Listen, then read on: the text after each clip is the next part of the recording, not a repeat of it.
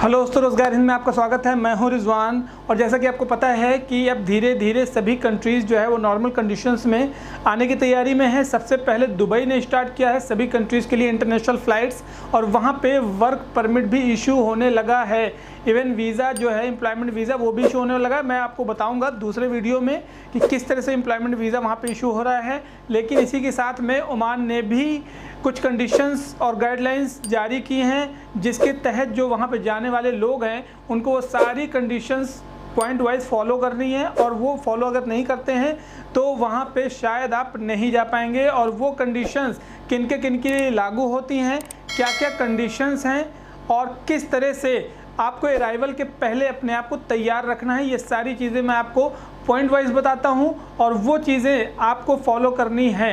Oman की government है, वहाँ की public authority for civil aviation ने जो अनाउंसमेंट किया है उस पर जो कंडीशंस है, सबसे पहले ये है कि अगर आप ट्रैवल करते हैं तो आपको जाते ही साथ वहाँ पे 14 दिन के लिए क्वारंटाइन होना पड़ेगा। और वहाँ जितने भी फॉरेनर्स हैं, क्वारंटाइन होने के लिए आपको अपने अकोमोडेशन की व्यवस्था करनी पड़ेगी, अरेंजमेंट करना पड़ेगा, और इसके लिए इन्फॉर्मेशन भी देना पड़ेगा पहले से कि आपके पास में अकोमोडेशन की व्यवस्था है। और दूसरी बात कि जो एयरक्राफ्ट के क्रू होते हैं उनको छूट मिली हुई है कि वहाँ जाने के बाद में आपको 14 दिन के लिए क्वारंटाइन होने की ज़रूरत नहीं है, लेकिन जो कंडीशंस हैं, जो रूल्स एंड रेगुलेशंस हैं, प्रिकॉशंस हैं, वो आपको लेने पड़ेंगे। और तीसरी कंडीशन ये है कि आपको तरस्सुद ऐप जो कि प्ले स्टोर में आपको मिलेगा, आपके मोबाइल पे डाउनलोड होना ज़रूरी है वहाँ जाने के पहले।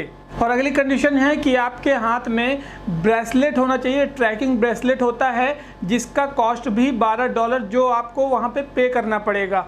और वो ब्रेसलेट क्वारंटाइन ड्यूरेशन में आपकी कंडीशन को ट्रैक करेगा कि आपकी हेल्थ कंडीशन अभी कैसी है। और जाने के पहले आपको हेल्थ इंश्योरेंस लेके जाना है। जब तक आप ओमान में रुकेंगे तब तक का हेल्थ इंश्योरेंस आपके पास होना चाहिए।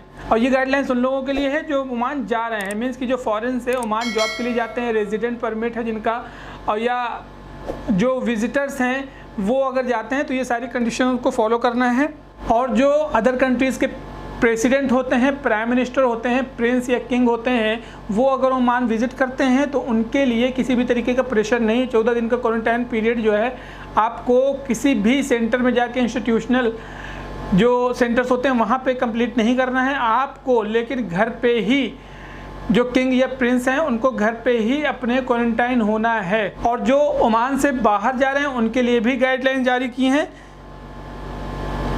जो ओमान से बाहर जा रहे हैं वो जिस कंट्री भी जा रहे हैं उनके लिए वहाँ का हेल्थ इंश्योरेंस होना ज़रूरी है। और जो भी कंट्री जा रहे हैं उनको उस कंट्री के रूल को फॉलो करना भी ज़रूरी है। जिस भी कंट्री में जिस तरह के रूल्स एंड रेगुलेशंस होंगे वो सारे रूल्स एंड रेगुलेशंस आपको पहले से पढ़ के तैयार होके और पहले से ही सारी कंडीशंस को फुलफ़िल करके फिर वहाँ पे ट्रैवल करना है।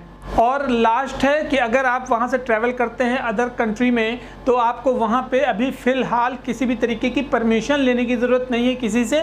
जबकि ऐसा पहले था कि अगर आप इंटरनेशनल फ़्लाइट के लिए कहते हैं या इवन डोमेस्टिक के लिए भी कहते हैं तो हर कंट्री के लिए रूल्स एंड रेगुलेशंस थे कि आपको परमिशन लेनी पड़ेगी। जैसे हिंदुस्तान में भी ये चीज़ थी कि आपको डीएम से परमिशन लेनी पड़ेगी, आपको कार्ड बनवाना पड़ेगा और आपको अप्रूवल लेना पड़ेगा। तो इन सब चीज़ों से छूट मिली हुई है अगर आप वहाँ से ट्रैवल करना चाह रहे हैं और जिस कंट्री में ट्रैवल कर रहे हैं उस कंट्री में इंटरनेशनल फ़्लाइट्स जा रही हैं, अलाउ है अगर आपको, तो आपको अपनी कंट्री से मतलब कि ओमान से परमिशन या परमिट लेने की ज़रूरत नहीं है, आप वहाँ से ट्रैवल कर सकते हैं। लेकिन जो रूल्स एंड रेगुलेशंस हैं वो किसी भी कंट्री के वो आपको पहले से फॉलो करने हैं, पहले से तैयारी करनी है। तो ये सारी कंडीशंस ओमान ने गाइडलाइंस में निकाली हैं।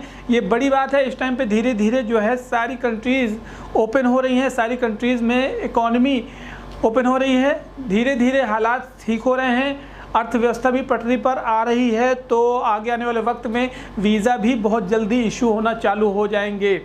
और एम्प्लॉयमेंट वीज़ा जैसे ही इशू होते हैं तो जितने भी लोग बेरोज़गार बैठे हैं, जितना भी लोग इंतज़ार कर रहे हैं ओमान में या सऊदी में, दुबई में, कतर में, उन सारे लोगों को बड़ी राहत की खबर होगी। ये तो बहुत ही जल्दी खबर आने वाली है कि ओमान की भी इंटरनेशनल फ़्लाइट्स चालू हो गई हैं। हालांकि रिपैट्रिएशन की वजह से जो वंदे भारत मिशन में आना जाना लगा हुआ है उसकी वजह से आना जाना है अभी भी, लेकिन वर्क के लिए इंटरनेशनल फ़्लाइट जो प्रॉपर अग्रीमेंट के साथ होती है वो फ़िलहाल अभी नहीं है।